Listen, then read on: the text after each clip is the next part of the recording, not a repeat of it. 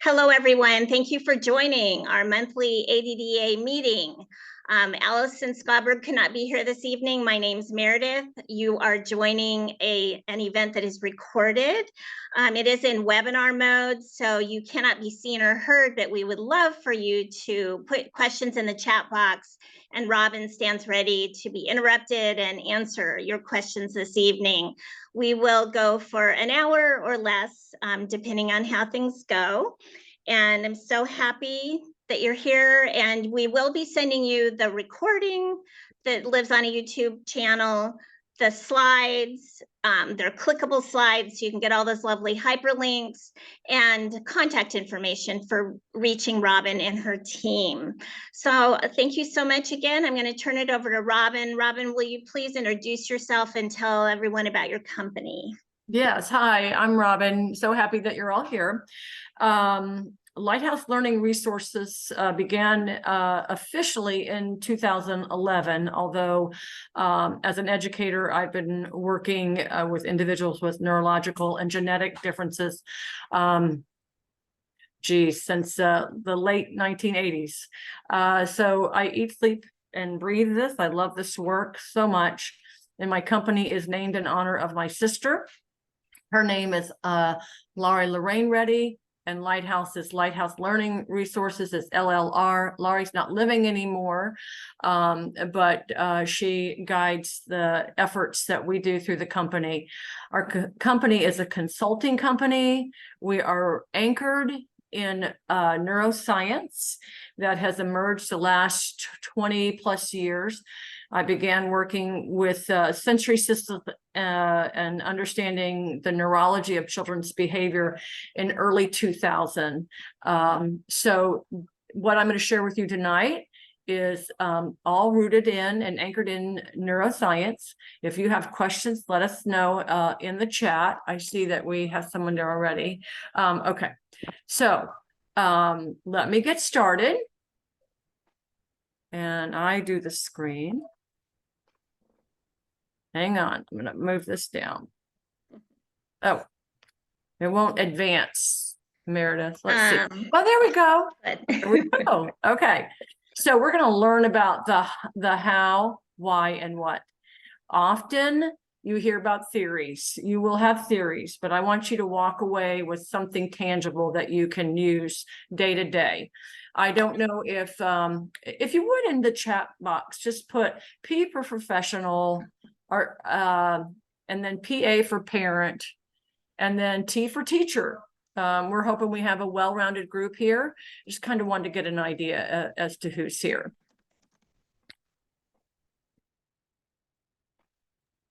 All right. Go to the next one. So as we know, some differences, we can see them visibly. If you're non-ambulatory, unable to walk, or maybe cerebral palsy, some other type of visible difference, you see it. If you're okay, you can understand and see it. In some situations, we don't see the challenge or the disability. And that's when in our company as educational consultants, we sometimes spend some of our time trying to determine what's the actual need of a child, because it's kind of I hate to say this without a better way to frame it, it's kind of a guessing as to what do we see, why is this child behaving the way they are, is there a learning disability, is it autism, is it ADHD? What is going on in an individual that would prompt the behavior that we're seeing? We all know that behavior is a means of communication. I don't know why this doesn't, there we go. So when a child is first developing, what we have is in the newborn, we see that speech in the receptive area, it's illuminated. So the newborn is listening and taking in. That begins in utero. As time goes on, 6 months up to 12 months, we start to see a reciprocal. We see that the new child is taking in language and babbling back language. This is critical time. We want to see that happening. Some children, we see it happening, sometimes we don't, and those are red flags.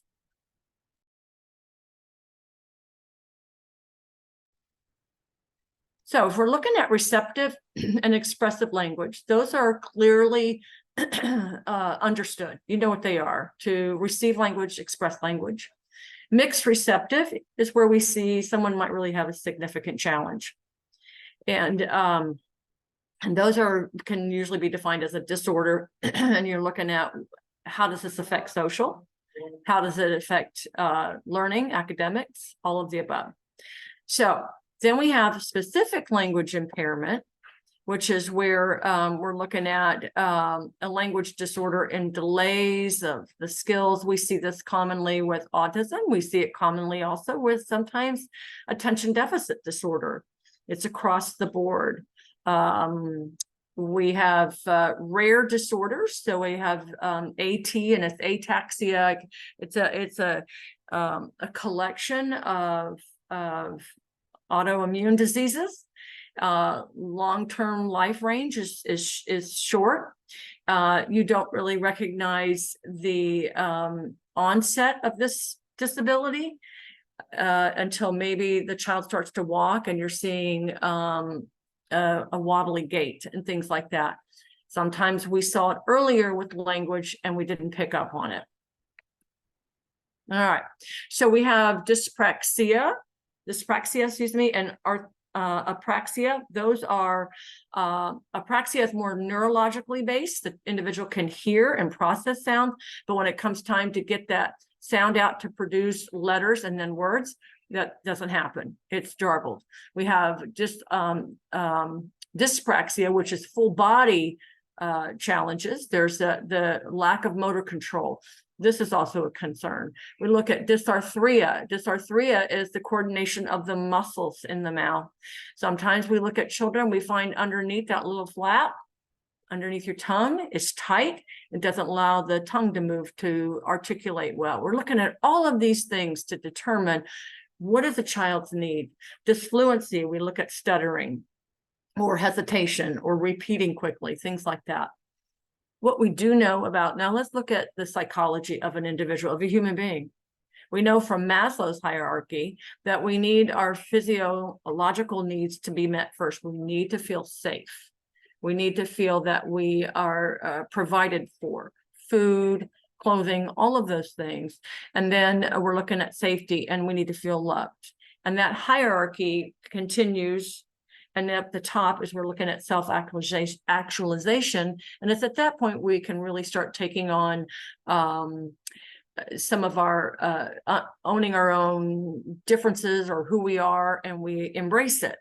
Up that rung, we're looking at if some piece might have been missing through that. So let's say you did have a challenge, a neurological or a genetic difference, and you didn't feel loved and all of that. That's going to affect. So keep that in mind when we're looking at what we're talking about for a child with a neurological challenge or a genetic disorder. So we have what we call 8 sensory systems. There are many, many, many more.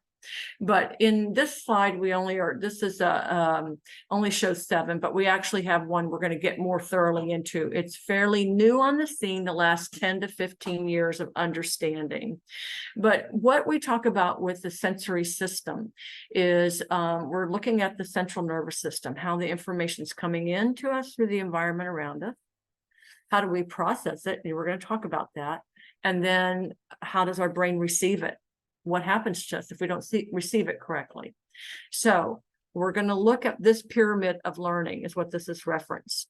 We'll get into that. So one of the things I wanted to check on is I want you to think about, I saw some of you are parents, and then there were some professionals as well. We have a wide range of individuals, but think about for your own self, what do you need to feel safe in an environment? And I think whenever we're dealing with children, whether it's your own child, whether you're an educator, whether you're a professional, how does your environment help this individual that's coming to you that needs to build trust with you? How do they feel safe? That's the most critical piece from the beginning of learning. Do I feel safe? If we look back at the pyramid of learning, if we don't have safety on Maslow's hierarchy, if we don't have safety, it's difficult for us to learn. If you're born with a challenge and you have different, slow beginnings or whatever it might be, you automatically start to internalize there's something different about yourself. It just happens. And you also want to think about, what does your child need to have to feel safe? You can put this in the chat if you want, so I can look at it. I see the chat when it pops up. So think this through this whole presentation. I want you to think about safety. What is it that we need to feel safe? Every day you're going to need to feel safe. Well, let's look at that.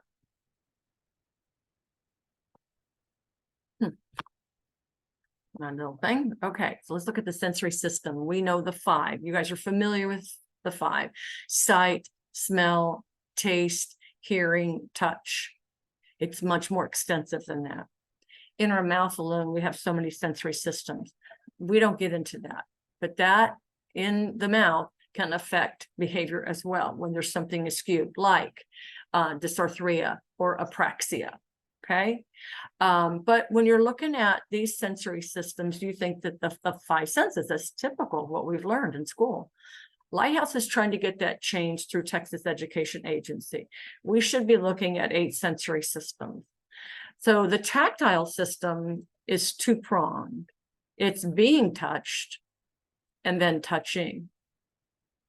Touching is also a form of, you need the input, yes, but sometimes it's related to the proprioception system, and we're going to learn about those.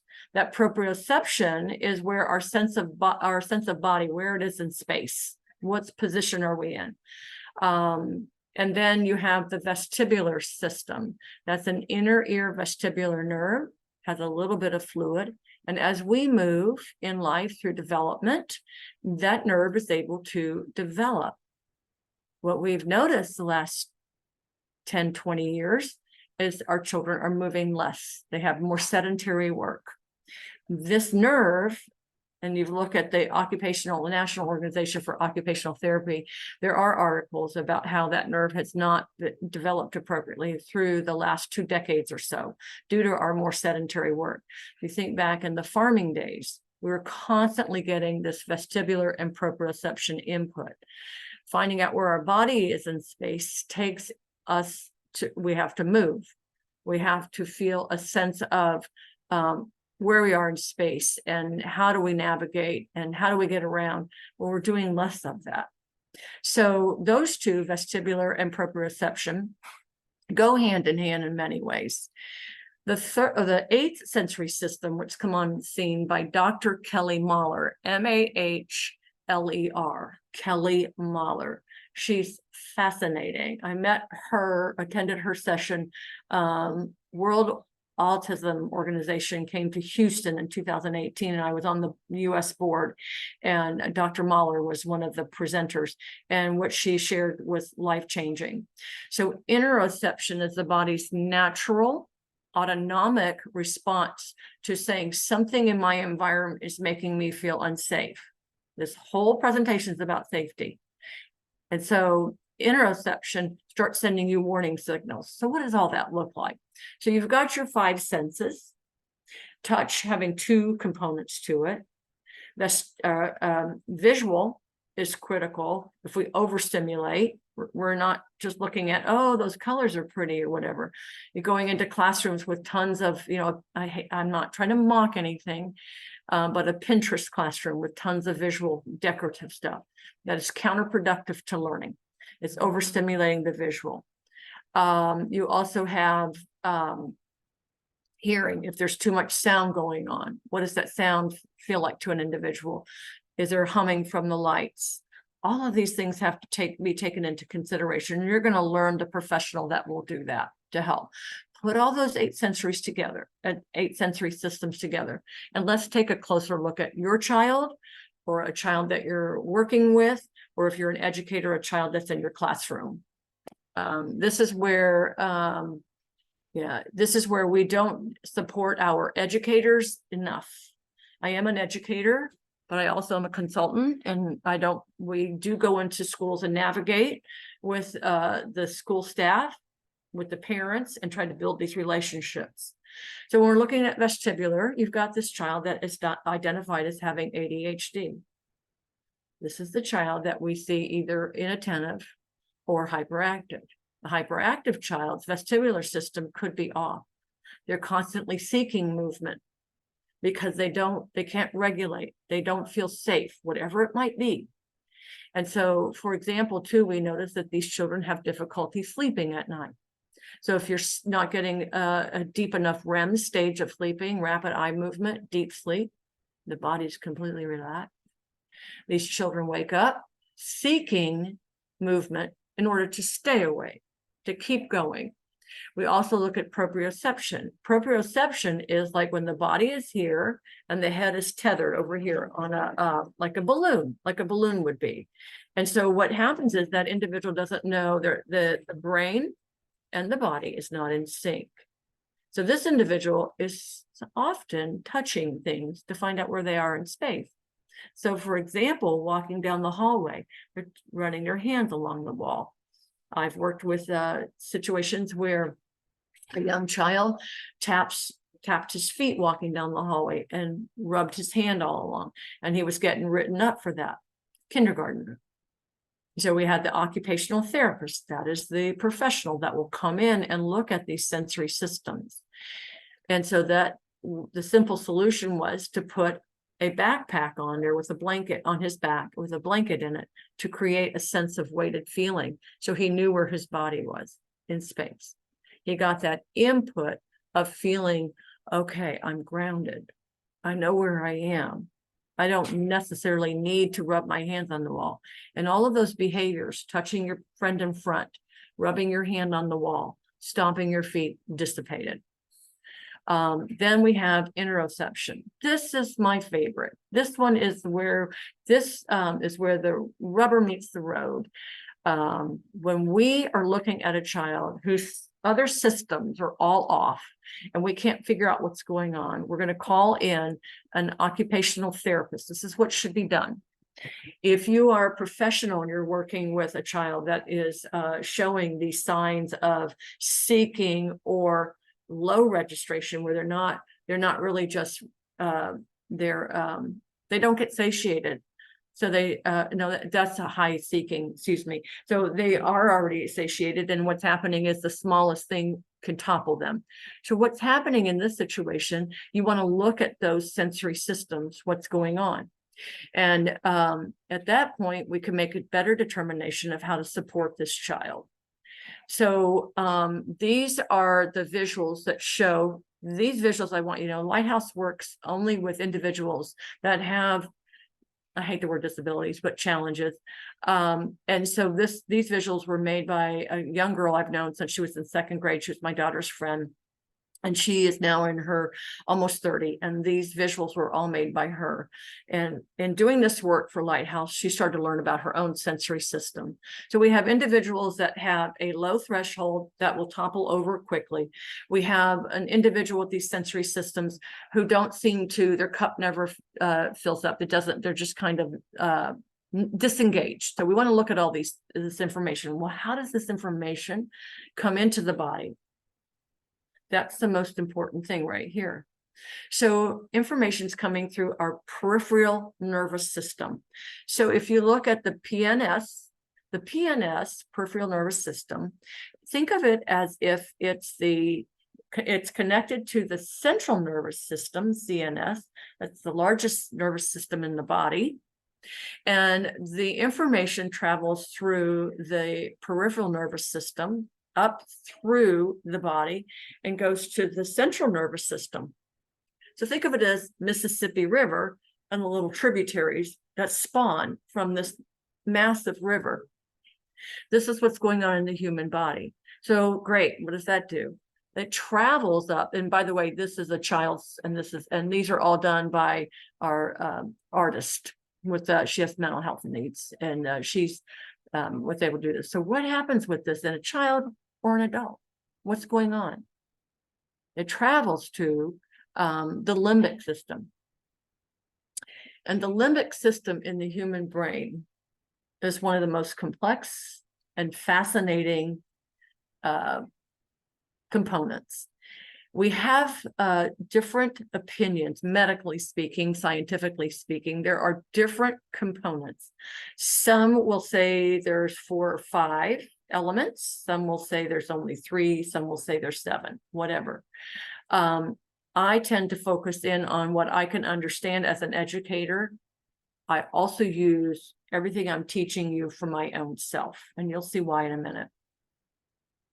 This has changed my life. I have anxiety as well, and understanding this and studying it for 23 years has really helped me in my own journey. So information is sent through the central and peripheral nervous system. So it's peripheral, it's traveling through. Now remember, it's coming through from the sensory systems that we have. It's coming in at us.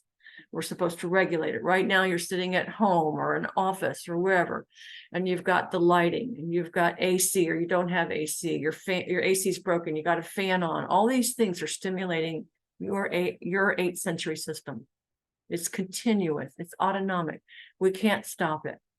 So it travels in, it goes through the peripheral, it's traveling in. We can feel it sometimes, like if something bothers us, you get that, you have those little goosebumps. That's our system, it's working.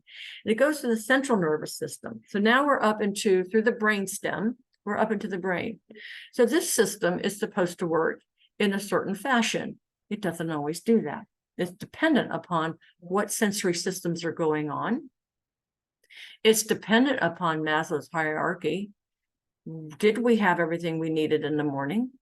Did we have a home where there was single or adoptive or whatever, but did we have shelter?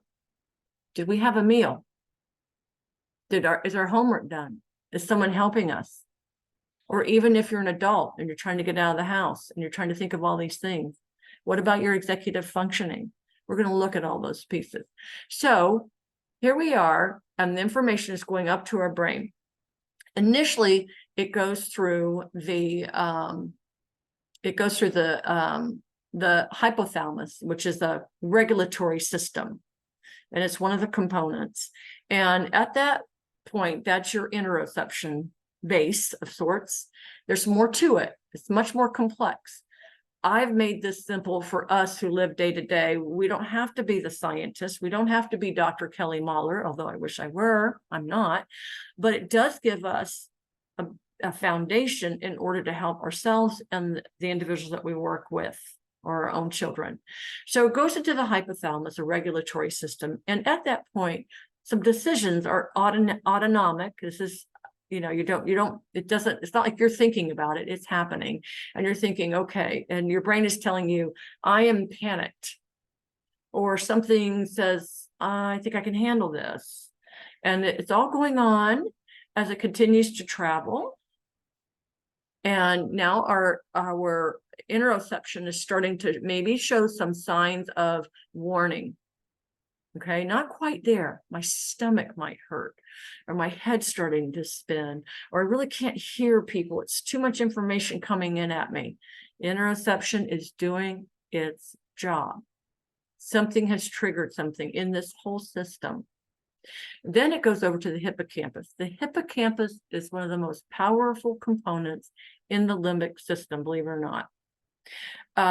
It is our memory bank, of course, but it's also directly tied to the olfactory, the sense of smell, and that's back in the brain, okay?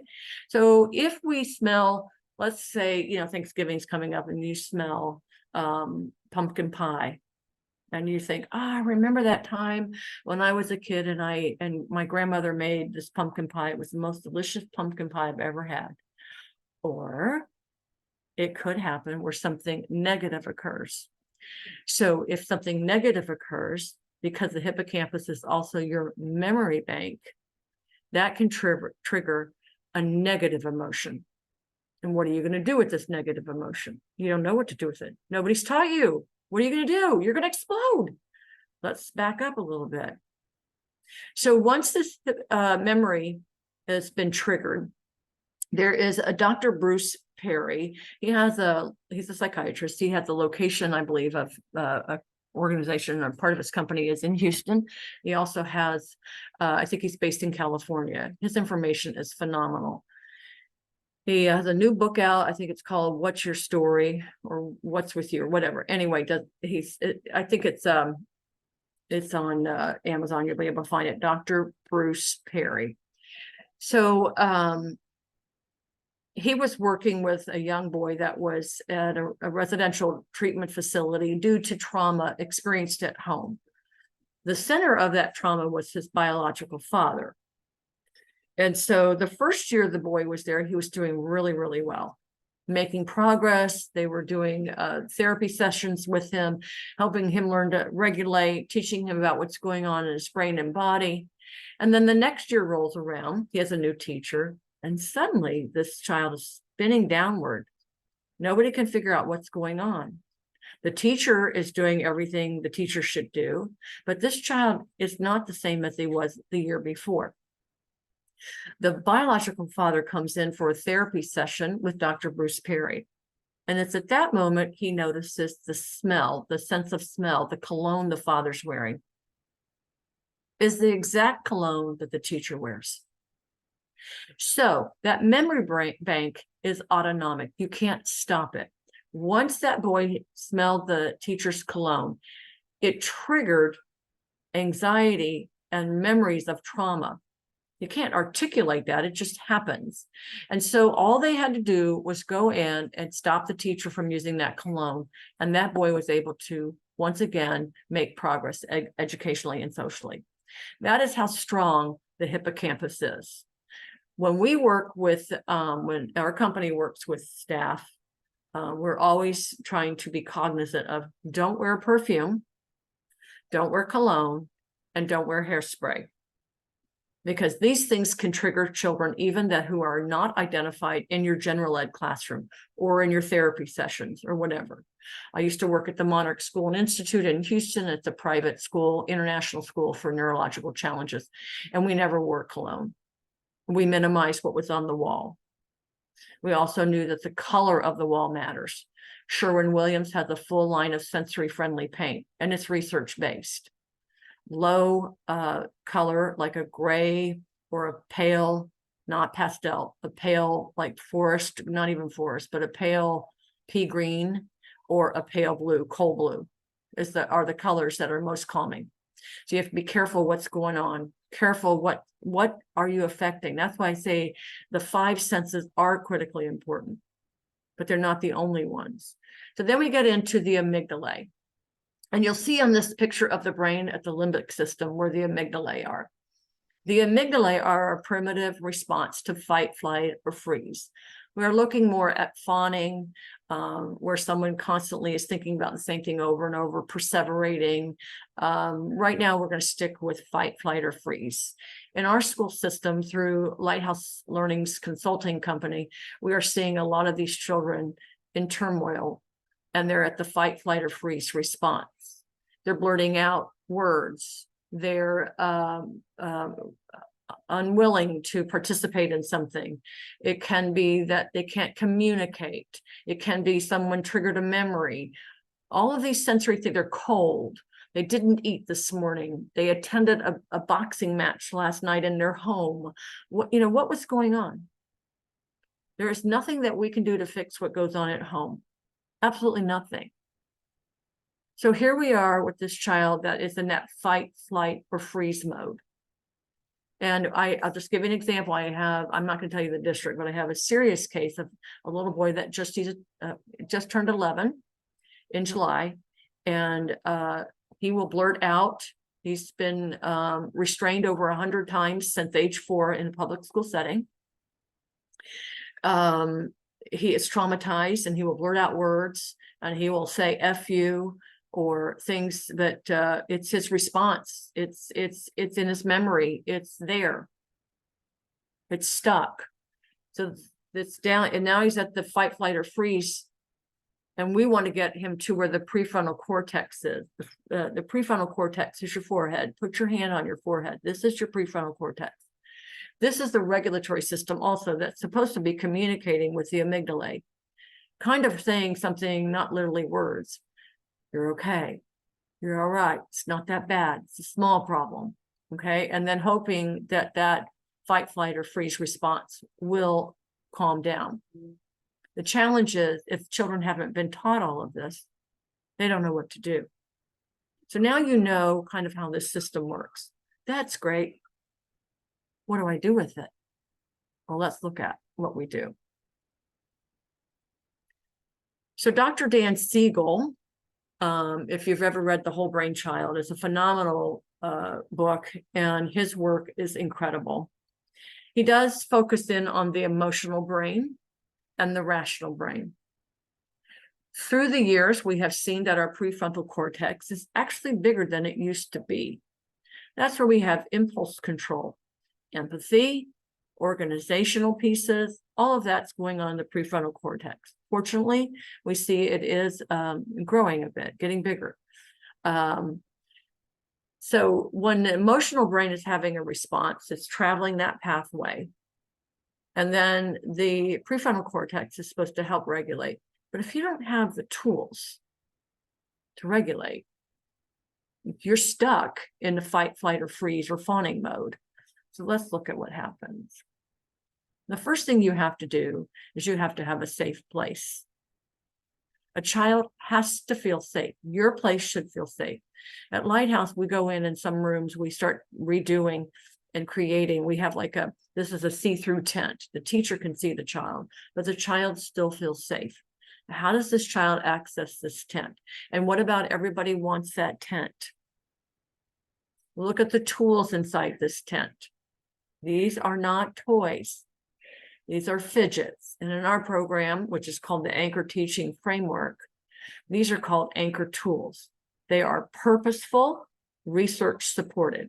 So you're going to create, if you're at home, where's your child's safe space? This tent actually is a bed cover.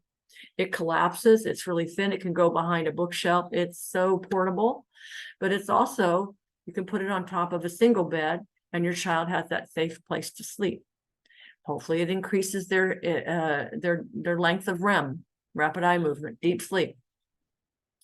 So we create the safe space at home, very critical. When I was raising children, I used to say, don't use your children's room as a timeout place. Well, first of all, in my home, it was very democratic. And we did use somewhat of a timeout option, but it would be right.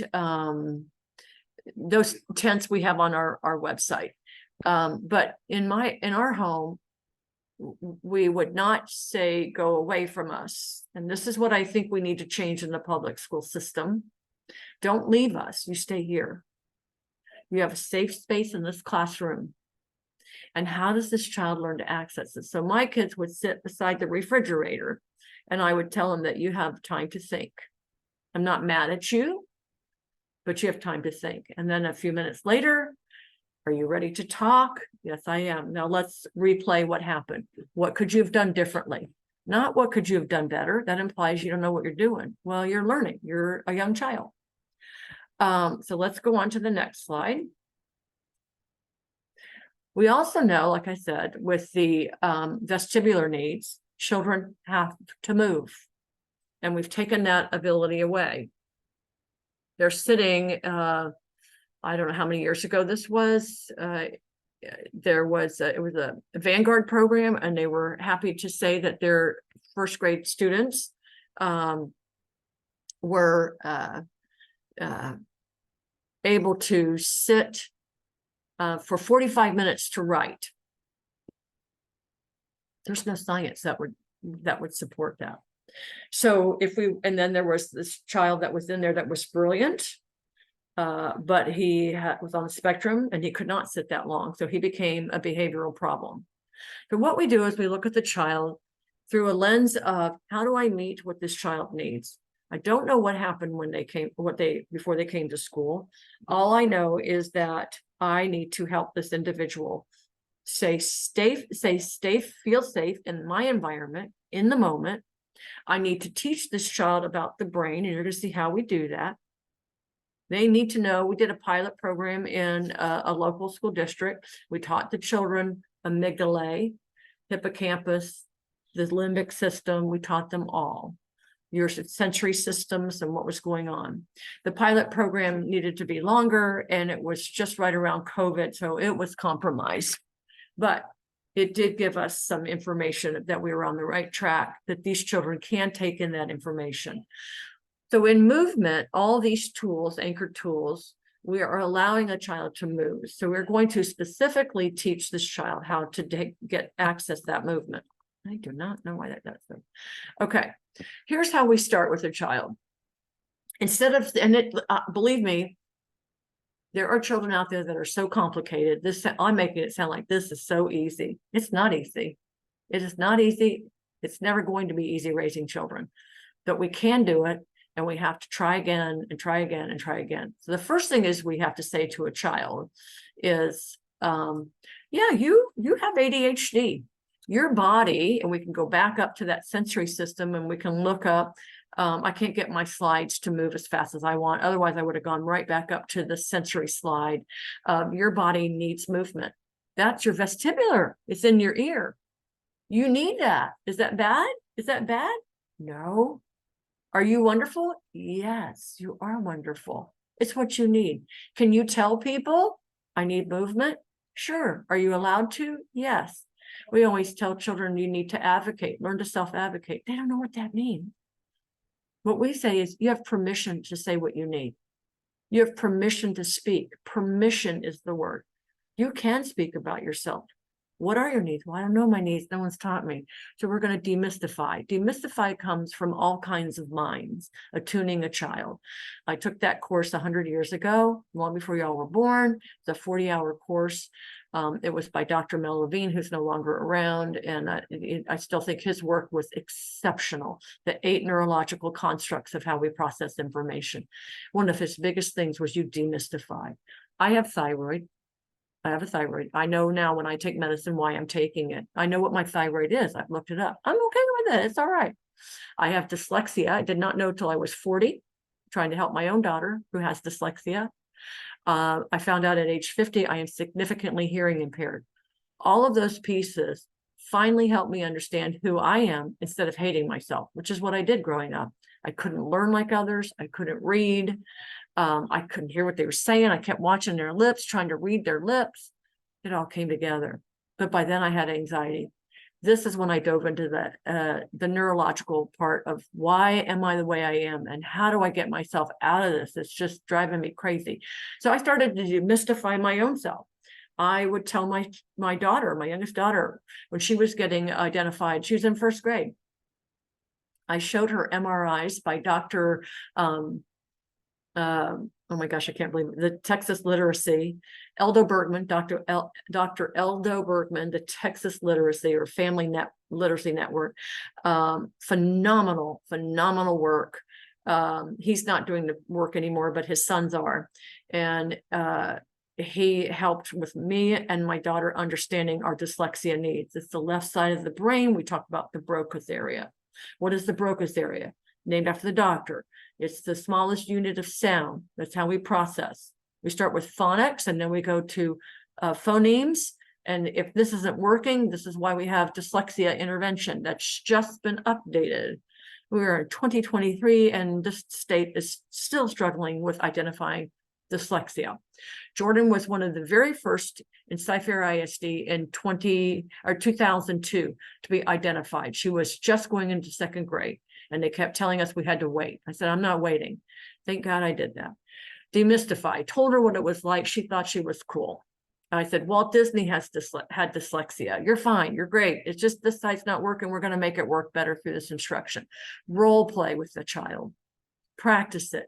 We've got cell phones. Take a photo of your kid doing the right thing. Look at you. Look how cool you are. You know what you're doing. Visual memory on the right side of the brain. The visual puts an imprint, goes to the hippocampus, the memory area. I know how to do that. I saw myself doing that one time. Social stories. Carol Gray is the owner of this protocol. Specific teaching. Another one that's excellent is Boys Town. 70 some odd simple social skills came from Boys Town. You cannot get any more simple and doable. Visual, showing the child what to do. demystifying that they have social challenges, telling them you're going to help them get there, then role play. And then you take pictures of the child doing it. And then one of the most powerful tools is video modeling. So we want to get this child out of that frame of that mode of fight, flight, or freeze. How are we going to do it? We've sat down with them and we've demystified. You have behavioral challenges. And I've done this with children with autism or ADHD. You have autism. What is autism? They say. Well, we look it up. Okay, got that. Okay. Who had autism? That's does pretty well. We look up those people. Yeah, of course, everybody knows Dr. Temple Grandin. What about Dr. Stephen Shore or Grant Monet, who's the eco artist? It just goes on and on and on. And then ADHD, Virgin Airline. Can't remember his name, but he never took medicine for his ADHD. Look what he's done in life. I'm not saying you have to be successful. I don't want to push kids into thinking that you have to be a somebody. I'm just saying you are already a somebody. You're really wonderful. And you have these unique things, and they aren't challenges. They can be also your gifts, but we have to help you understand what those gifts are and how to use them.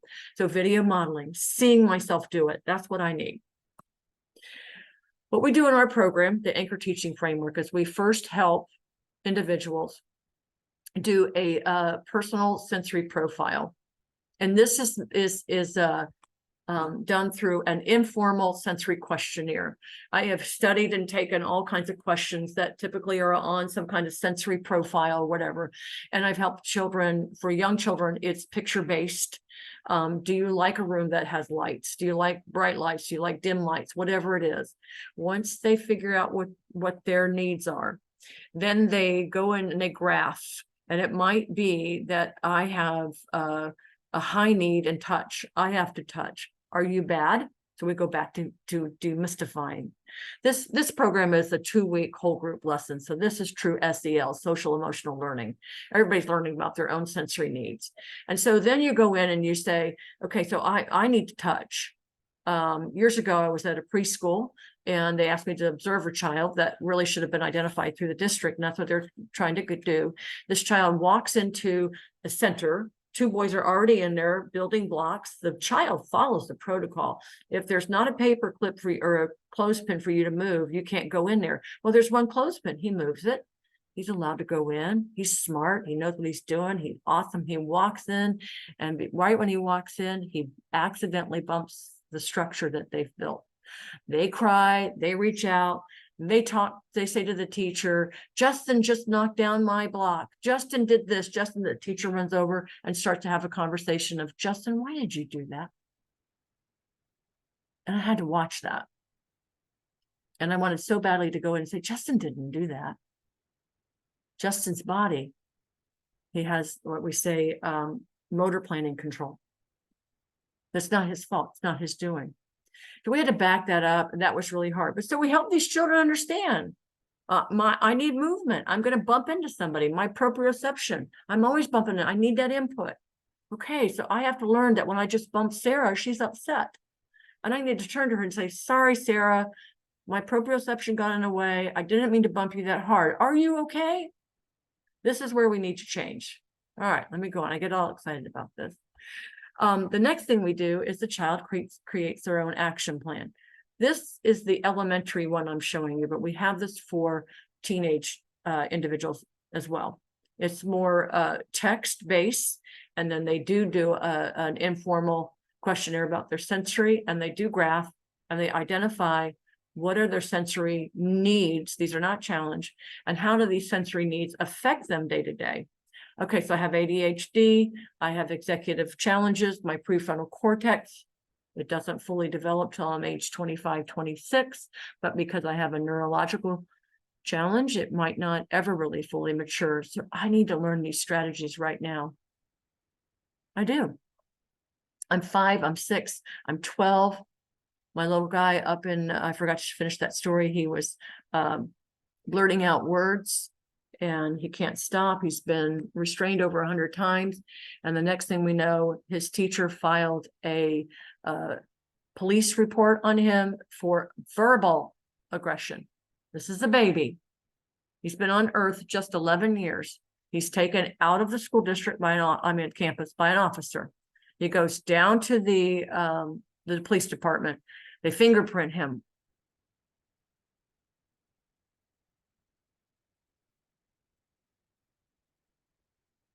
He's 11. We've got to make a change. So what we do on this is the how-to. What can you do? You can modify this in any way at school or at home. I don't care if you take pieces of this. I don't care. This is about the kids. So we've got to teach this child what to do. Your system is traveling in your brain. You can't stop it. We get that. But what can help you? Interoception. Interoception is your body's natural warning system. It tells you something's about to happen and you're about to explode. Do you have a plan? Did your teacher, did your parents, did your therapist teach you how to make a plan of what you can do? How do you know what interoception is going on in your body? Let me see. Hang on. I got to find the one I want. Oh, don't tell me I don't have it on this one. Hang on. Interoception, what we do is we take a full body picture of the child. You want the full body. And on there, that child looks at themselves. Dr. Mahler uses like a gingerbread cutout. At least she did in 2018. It's probably changed by now. She's the guru. She's phenomenal. But what she does is they look at the child sits down during the process of demystifying and looking at their body. When you start to get upset, what do you first feel? Well, first of all, I start crunching my teeth. Oh, you do? What does it look like? And you have the person act it up. Okay, how's that feel? I'm angry. Okay, is angry bad? No. Is acting out with your anger not the best thing? Okay, well, what can you do? So circle your mouth on your picture. So now I like a real picture of the child. They circle their mouth on that picture. We're using the right side, the visual side of the brain, visual spatial. We're looking at, okay, he's going to remember, she's going to remember. I start crunching my teeth. I start clenching and my fingers are doing this and my head starts to spin. All the body parts, or my stomach aches, all the parts of the body, those internal warning signals are circled on this child's picture. What can you do when you're starting to feel like that? Well, I have a plan. What's your plan? Tell me your plan. Well, I know that I need movement. If we look at this one, the how-to, and I need pressure input. Dr. Temple Grandin taught us about that. It helps us calm down. So I need these things. Okay. What can you do? So for proprioception, I can take a movement break. We have some of the things that Lighthouse has more of the consulting information. About a year or so ago, I redid it's called Senso Science, senso-science.com. Senso Science has all what I'm telling you on there. It has our kits and all this, but this is weighted. It also has a marble inside and they can fidget with that. But they'll learn to use this. Why are you using this? Well, it's weighted. It makes me feel safe. I just put this on my chest and it feels good. I can put it on my back. It has a weight in it. So what are you doing? I'm calming my proprioception system. Are you awesome? Yes, I am awesome. Can you take care of yourself? Yes, I can. Do you have permission? Yes, I do. It's this kind of dialogue we've got to get to. Now, the other one is vestibular. I can set a timer. We do this in school too. I prefer the child to regulate their own on task and off task, because what we're doing is a functional behavior assessment. The adult's doing the behavior assessment. We're creating a plan, a behavior plan, a BIP, behavior intervention plan. Guess who knows about that functional behavior assessment in the BIP? Guess who knows? The adults. Child doesn't know a thing about it. So what we're doing is when we demystify, we're sitting down with this child and they're planning their own plan. They're going to take a break. They're going to use a sand timer.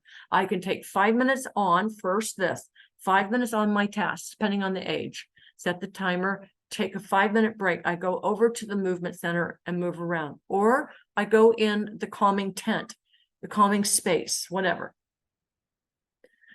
Social stories. A book about myself. We even do these scripts for older individuals.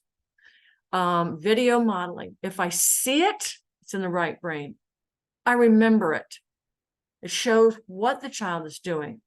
This is a video modeling that is amazing. This kid doesn't know how to read a book or something, and they show the video and he watches it, and then he turns around and does it. He models the behavior and he knows exactly what he's doing. Okay, communicate. Always communicate with those around you. If you're in school, communicate with the other teachers. Bill and I talked about his sensory system. We created a plan. Bill, what is your plan? Okay, can you carry that plan around and share with your teachers? Should I do that or should you do it? I should do it, Miss Rettie. You go do that. We also promote one-page profile where the child creates their own, what I can do, what I need, and they email it out. Teach the individual to use their voice. So it is okay to use your voice. You're allowed to. It's not okay to scream. So this is you know, we got to back it up. We've got to quit doing FBAs for the child and behavior intervention plans for the child. Who's taking the data? We are. The child has no idea what's going on. Let them use their voice. I need movement. I'm perseverating on something. My brain is stuck. My fight, flight, or freeze. I can't get it out. Do you need a break? Yes. What are your strategies? I need to breathe. How do you breathe? In through your nose for 4. Hold it for 7. Out through your mouth for 8. All these skills taught, practice, whole group, every child in the therapy session, at home with the family, everybody in the family. My oldest daughter is a teacher, and I know I'm running out of time, but she's a teacher now. And when she was in high school, I used to always breathe around her. She was my harder child, and you'd see me going, and she said, why are you breathing like that?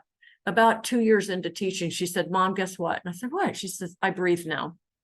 She's working with kids. She should be breathing. Keep an open, reflect and review. Each day, you're going to make mistakes. Let the child know that you make mistakes.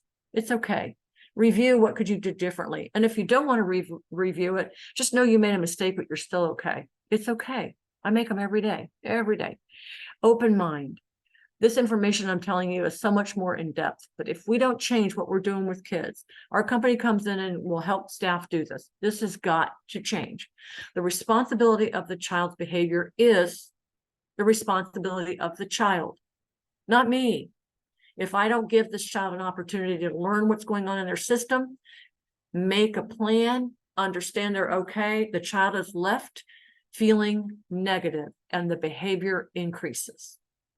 Everybody has needs at the end of the day. Mom and dad, take a bubble bath, get away from the kids. The child, my daughters were taught how to take a bubble bath in the dark.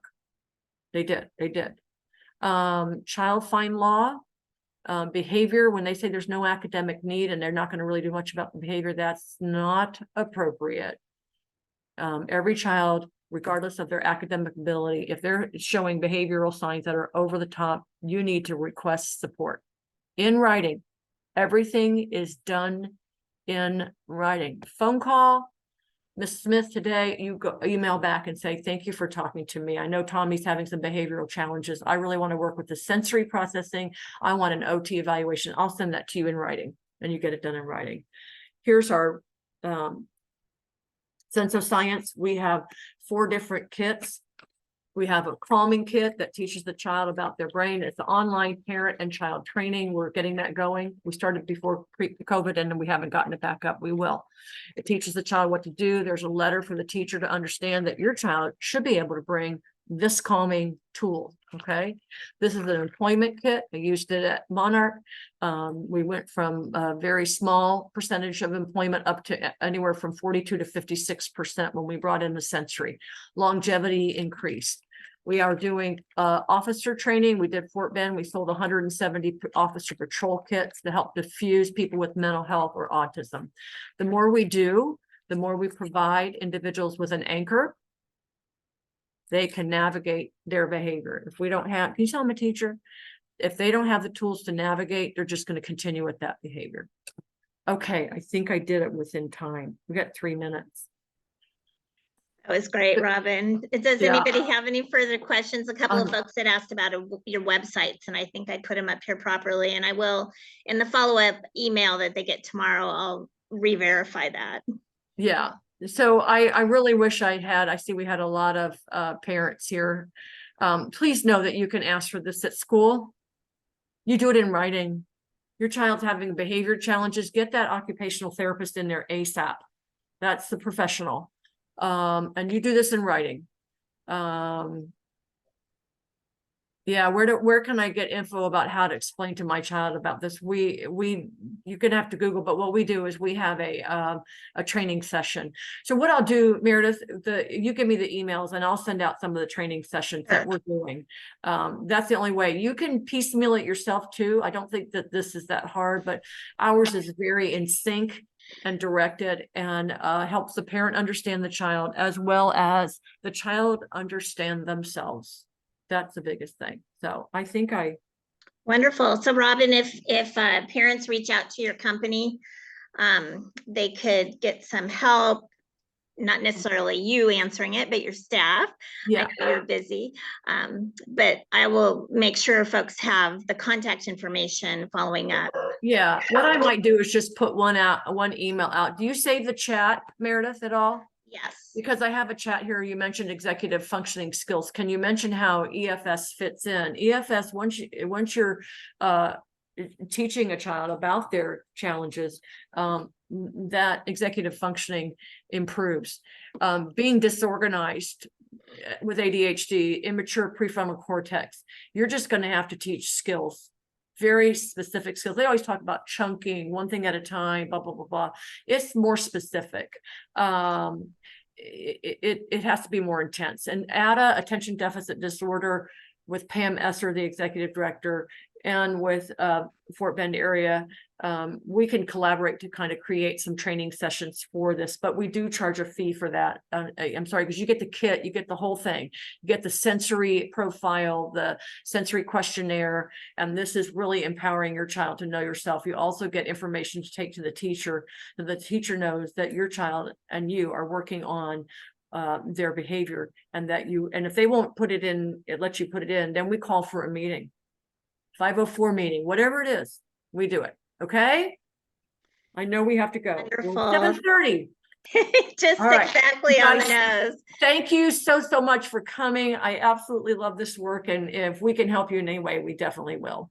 Thank you, Robin, and thank you, everyone. Tomorrow you will get an email with the recording and the slides and the contact information, and we can continue a dialogue. Thank you so much. We will not be having an ADDA meeting in next month. I'll include that information in the email as well. We're breaking for Thanksgiving.